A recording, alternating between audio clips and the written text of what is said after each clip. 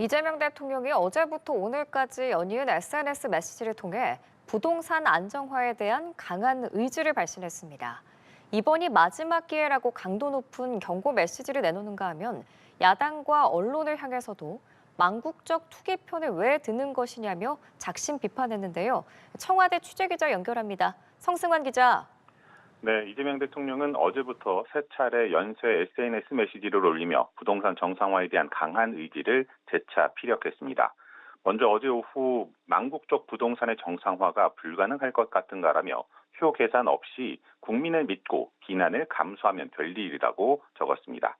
특히 일부 투기성 다주택자를 겨냥해 기회가 있을 때 잡으시길 바란다. 이번이 마지막 기회였음을 곧 알게 될 것이라고 말했습니다.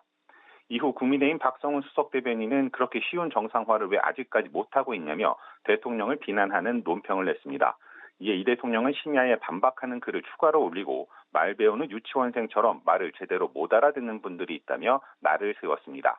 이 대통령은 정부 정책이 합리적이고 정당하며 국민 지지를 받고 법적 근거를 가졌다면 사익에 근거한 일부 저항은 성공할 수 없고 결국 손실을 입는다고 경고했습니다.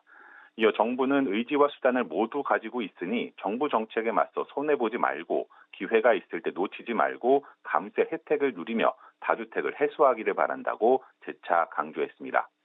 이 대통령은 오늘 아침 또다시 SNS 메시지를 올리며 다시 한번 부동산 안정화 의지를 밝혔습니다. 이번에는 다주택자 양도세 중과 유예 종료가 부동산 시장에 부작용을 야기할 수 있다는 내용의 기사를 언급하며 부동산 투기 때문에 나라가 망하는 걸 보고도 왜 투기 편을 드냐고 말했습니다. 특히 이미 4년 전 시행하기로 되어 있었고 훨씬 이전에 만들어진 중과 법률을 이제 와서 날벼락이라고 비난하는 것은 대체 무슨 연유냐고 언론 보도 행태를 비판했습니다. 그러면서 다주택자들 편을 들어 정부를 곤경에 빠뜨려 보겠다고 하는 것은 저급한 사익 추구 집단이나 할 생각 아니겠냐고 꼬집었습니다. 이어 제발 바라건대 정론 직피를 못하더라도 망국적 투기 두둔이나 정부 억지 비판만큼은 자중해 주시면 좋겠다고 했습니다.